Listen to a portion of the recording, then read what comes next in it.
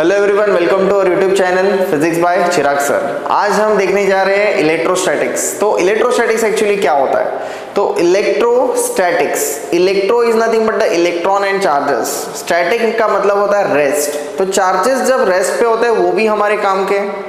Okay, सो charges जब flow होते हैं तो उसको कहते हैं करंट, इलेक्ट्रिक करंट। ओके, सो यहाँ पे हम देखने जा रहे हैं कि ये जो रेस्ट में जो चार्जेस है वो हमारी डेली लाइफ में हमें कहाँ पे मिलते हैं। ओके, तो ये देखना बहुत इंपॉर्टेंट है।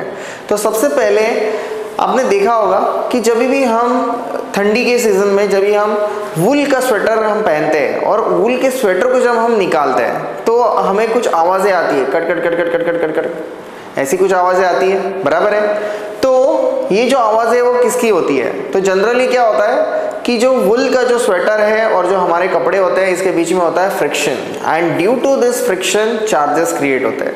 सो बेसिकली चार्ज दो टाइप के होते हैं, एक होता है पॉजिटिव चार्ज और दूसरा होता है नेगेटिव चार्ज।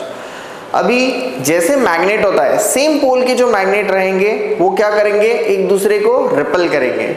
वैसे ही सेम क्या होता है, सेम जो चार्जेस होता है that is nothing but what, the plus and plus charges, ये एक दूसरे को क्या करेंगे तो रिपल करेंगे। और सेम जैसे कि प्लस एंड माइनस चार्जेस है तो एक दूसरे को क्या करेंगे, अट्रैक्ट करेंगे।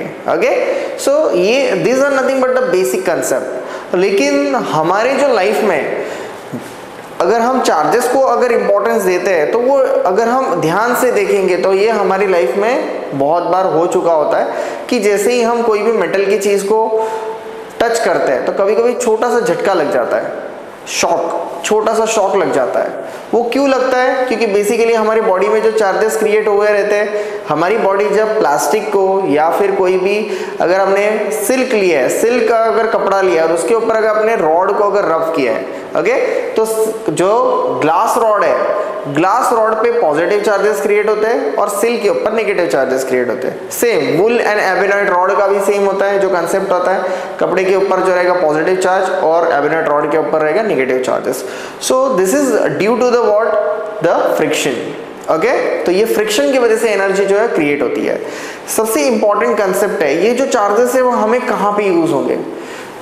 तो आपको पता होगा जब हमारे पास लाइट नहीं होती घर में, power electric supply cut down हो जाता है और हमें अगर पावर को यूज करना है तो एक बहुत ही अच्छा हम डिवाइस यूज करते हैं।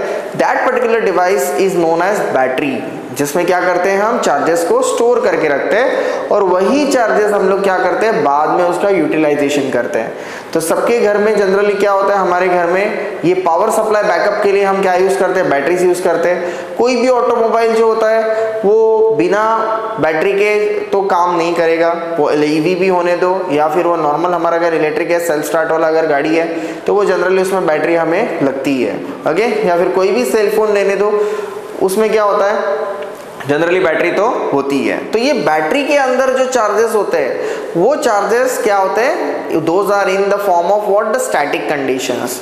तो इसमें यूज किया जाता है डाइलेक्ट्रिक्स। डाइलेक्ट्रिक्स जनरली होते हैं इंसुलेटर्स, जो चार्जेस को पकड़ के रखते हैं और स्टोर करके रखते हैं। ओके, तो जब भी हमें रिक्वायरमेंट होती है तो चार्जेस क्या हो जाएंगे वहां पे, फिर हम उसको यूटिलाइज करेंगे और वो बैटरी क्या होती है, डिस्चार्ज होते जाती है और हम पावर को कंज्यूम करते हैं।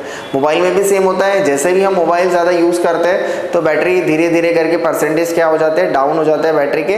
तो इसका मतलब क्या होता है कि this is nothing but the discharging. Okay, तो ये हमारा कुछ एक नॉर्मल यूज़ होता है चार्जेस का।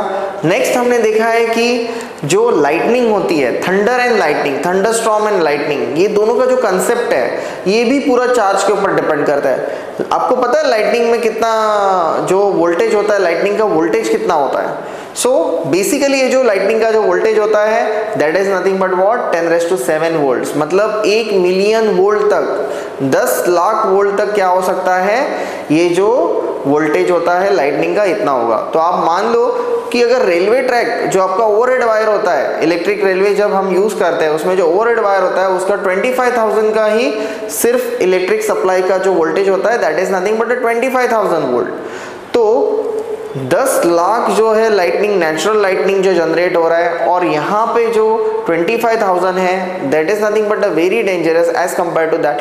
बट अब मान लो कि इतना वोल्टेज कैसे जनरेट होता है, तो ये सब क्या है, नेचुरल फिनोमेना है। तो हमारा नेचर भी क्या करता है, तो बेसिकली चार्जेस को जो है वो इलेक्ट्रोस्टैटिक जो फिजिक्स है वो यूज करता है, और वहां से ही हमें ये फिजिक्स समझ में आती है। सिर्फ क्या इंपॉर्टेंट है, तो देखने का जो नजरिया है वो बहुत इंपॉर्टेंट होता है। ओके, तो जनरली बेसिकली आपने कभी सोचा है कि ये जो लाइटनिंग होती है वो रेनी सीजन के टाइम पे ही क्यों होता है, या फिर जब बारिश गिरने वाली होती है तभी ऐसा कुछ होता है? तो इसके पीछे का जो जनरली रीजन है, that particular reason is nothing but what, कि जब भी क्लाउड्स के अंदर जब भी पानी होता है in the form of vapours, तो वो कंडेंस्ड होते हैं, और कंडेंस्ड होने के बाद वो हेवी हो जाते हैं।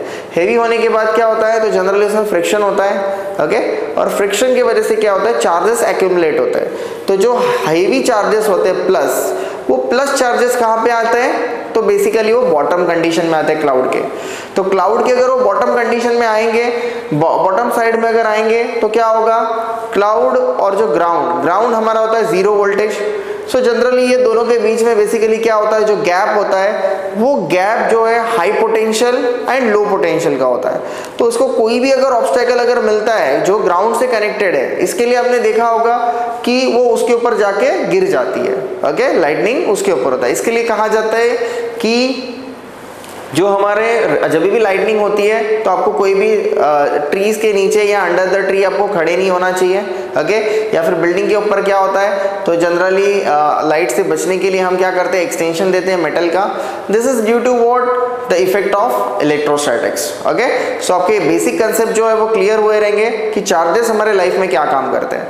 हमारे पास जो पुराना टीवी था, तो पुराना टीवी हम ज़्यादा टाइम तक जब ये यूज़ करते हैं, तो उसके बाद अगर हम क्या करते हैं, जैसे ही हम अपना हाथ अगर नज़दीक लेके जाते हैं वो टीवी के, तो क्या होता है, तो बेसिकली ये जो यहाँ पे जो हमारे जो बाल है वो बाल क्या हो जाते हैं, थोड़े स्ट्रेट हो जाते हैं, ड्यू टू व्हाट, की चार्जेस। वहाँ पे जो कैथोड ट्यूब होता है, कैथोड ट्यूब से क्या होगा, जो चार्जेस जो है वो जनरली क्या होता है, वहाँ पे एक्यूमुलेट होते हैं, और वो चार्जेस की वजह से क्या होता है जनरली, कि ये जो बाल हैं हमारे खड़े होते हैं। तो ये सब हमने बेसिक जो कंसेप्ट है, ये सारे बेसिक कंसेप्ट हमने किस में पढ़ेंगे, इलेक्ट्रोस्टैटिक में पढ़ेंगे। Okay, so these are nothing but what, your introductory part of the electrostatics, के चार्जेस कैसे बिहेव करते हैं और रियल लाइफ में चार्जेस जो है वो क्या काम करते हैं। ओके, सो आई होप आपको जो इलेक्ट्रोस्टैटिक के चार्जेस है उसके बारे में आपको जानकारी मिली होगी।